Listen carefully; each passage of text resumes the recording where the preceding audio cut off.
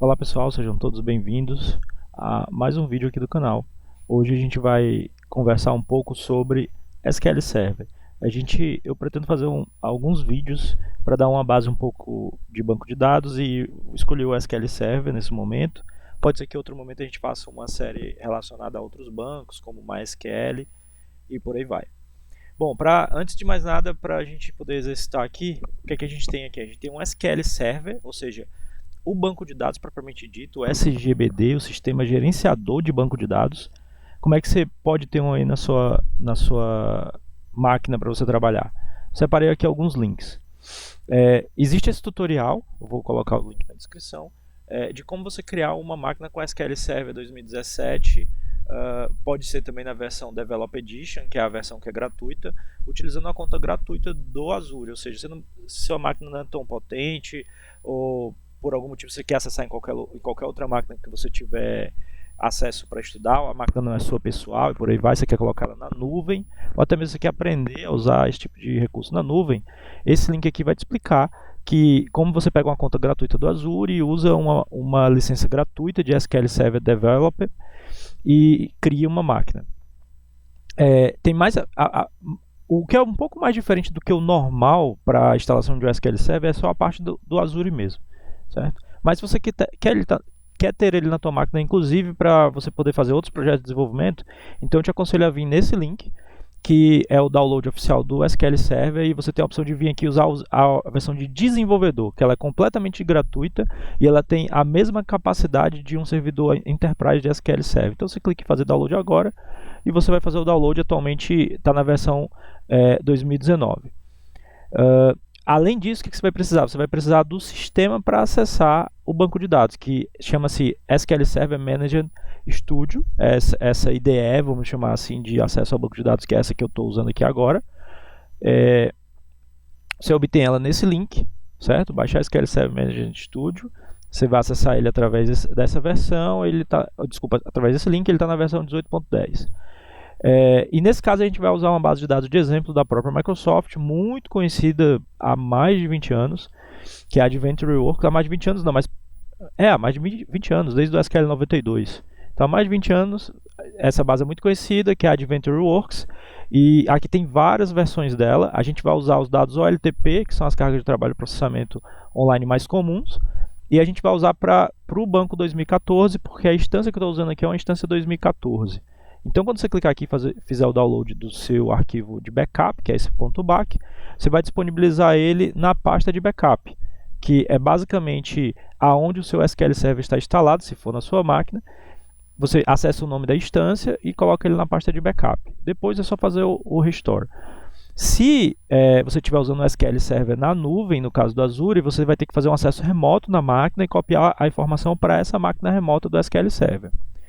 O restore é feito da seguinte forma: botão direito na pasta banco de dados, restaurar, escolhe dispositivo, 3 pontinhos, adicionar, e ele vai cair direto na pasta de backup da sua instância. Por isso que eu disse para você salvar o backup lá. Nesse caso aqui eu não vou restaurar porque ele já está lá. Vou só selecionar aqui para mostrar para vocês, que ele vai mostrar as informações que tem lá. Você vai poder customizar o nome da base, vai poder mexer nos arquivos, aonde você quer salvar ele ou não. E tem mais algumas opções aqui que nesse momento não são relevantes. Ok, então a gente tem aqui a base padrão da Microsoft para justamente exercitar SQL Server. E se você expandir aqui, ó, database, tabelas, você vai ver é como se fosse uma empresa de vendas, certo? Então você vai ter aqui, ó, as tabelas de recursos humanos, ou seja, de RH, você vai ter a tabela de pessoal, cadastro de pessoas, você vai ter a tabela da produção, e aí você vai ter a parte de produtos, categoria de produto, e por aí vai, parte de venda. Da parte de venda não, parte de produtos de produção. Vendas propriamente dito, são os sales e por aí vai. Ok. Então vamos lá, vamos começar hoje aqui falando de select, seleção de dado para apresentar na tela. E lembrando que a base de tudo isso é poder ficar mais fluente no SQL Server para poder, ou no TSQL, né, Transact SQL, para poder ficar mais fácil o nosso desenvolvimento, o nosso dia a dia. Então vamos fazer o seguinte, vamos fazer um select na tabela person.person, certo? Então, ó, tá aqui o nome da tabela. Opa, o nome da tabela não é esse. Por quê? Porque aqui, ó, a gente vai ter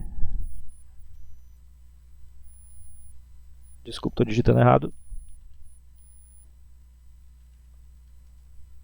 Aqui. Espera aí, person. Aqui. Pronto. Por quê? Porque a database ela está toda separada com esquemas. É uma coisa, é um artifício, é um recurso, vamos chamar assim, de segurança que separa as tabelas dentro de determinados contextos.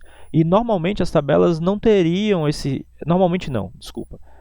É comum ver em bancos de dados as tabelas não separadas pelo artifício do esquema, então elas viriam basicamente como DBO.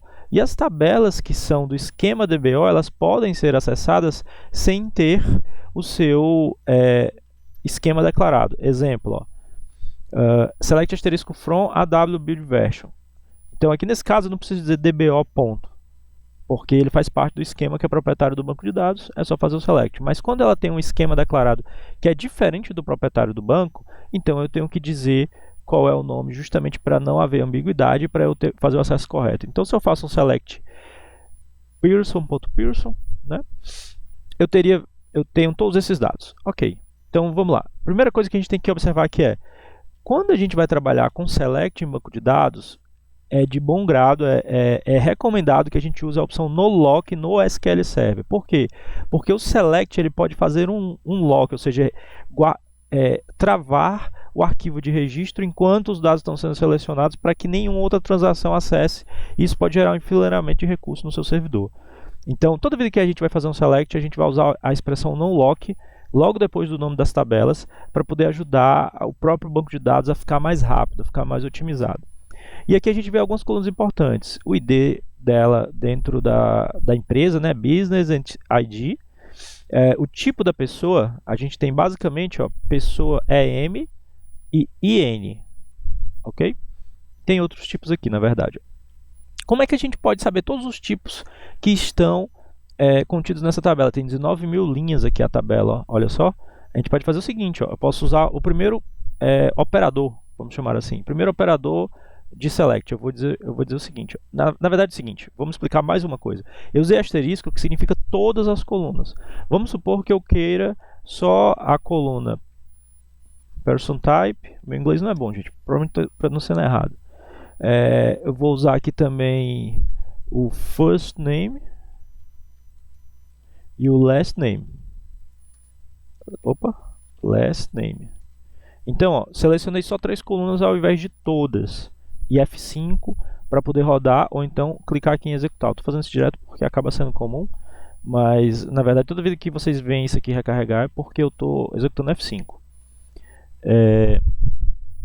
Ok, então aqui eu selecionei só algumas colunas específicas e ainda assim eu não consigo saber todas as possibilidades da coluna person type. Então eu vou usar o seguinte operador aqui agora. Eu vou apagar aqui e eu vou usar assim, distinct person type. Então, o que vai acontecer aqui? Ele vai pegar todos os valores distintos das colunas que eu selecionei, que nesse caso só é a coluna person type.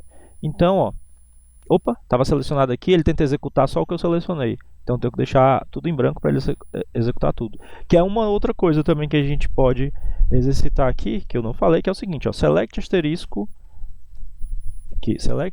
ou seja, todas as colunas from da tabela person phone, por exemplo. Aqui, person.person phone. Aqui, eu vou botar no lock. Se eu der F5 aqui ou clicar em executar, ele vai executar as duas consultas. Mas se eu selecionar só essa consulta, ele executa só ela. Então, ok. Todas as minhas possibilidades são essas aqui. Vou colocar em modo comentário. Certo? Todas as minhas possibilidades são essas: IN, EM, SP, SC, VC e GC.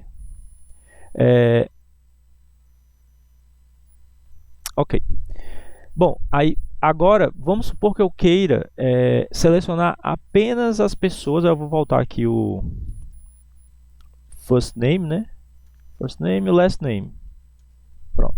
Vamos supor que eu quero selecionar apenas as pessoas que são que tem o person type, ou seja, o tipo da pessoa, né? Provavelmente o tipo dela na empresa, né? Deve ser interno, externo, alguma coisa do tipo assim. Acho que não tem nenhuma tabela explicando aqui qual é o tipo da pessoa. Será que tem? Acho que não, né? Tem não. Se ela tiver, ó, uma coisa que a gente pode fazer aqui é o seguinte, ó, aqui é a tabela, se eu expando, eu posso ver as colunas aqui, e eu posso ver se a coluna tem uma chave estrangeira. Ó, nesse caso aqui, ela N vai achar não nulo. E se ela tivesse uma chave, ela estaria marcada lá.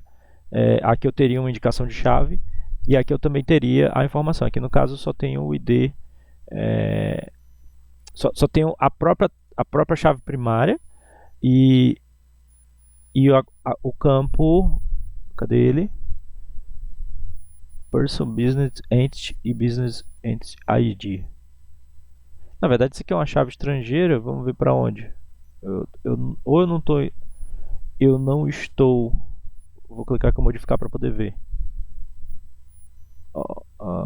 Aqui. Ou eu não estou prestando muita atenção, talvez por cansaço.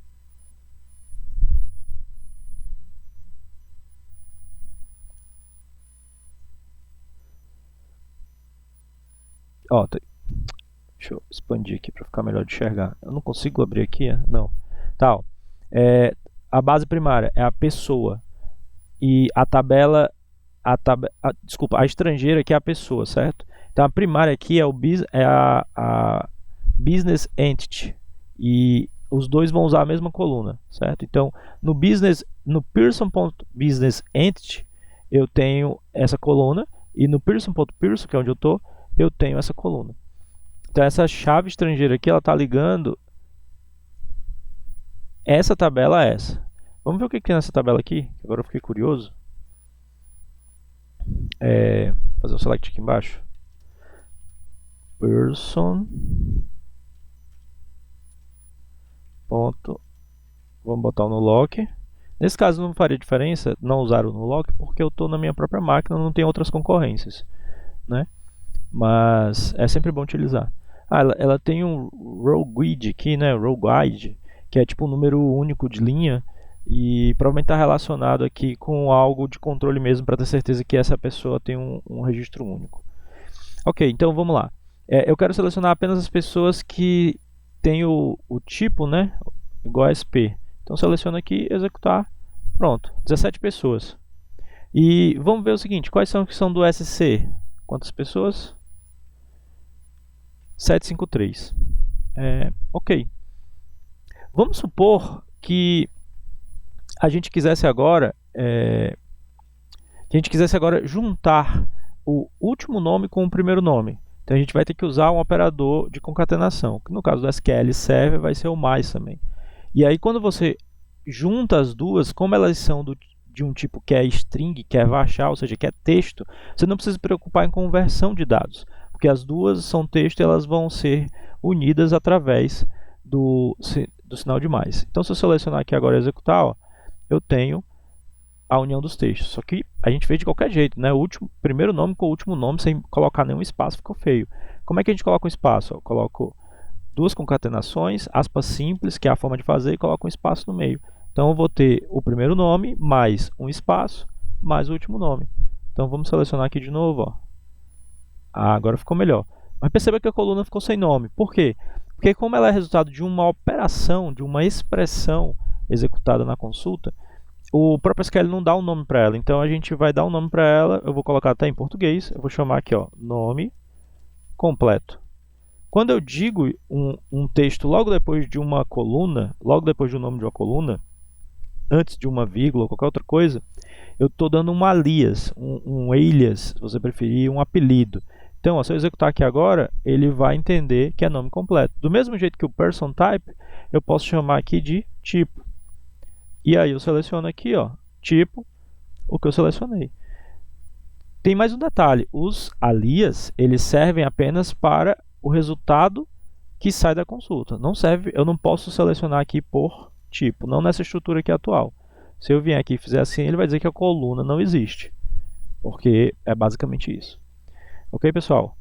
Bom, a gente vai ficando aqui até este ponto com relação à parte inicial aqui de SQL, selects e por aí vai. E a gente se encontra no próximo vídeo. Um abraço.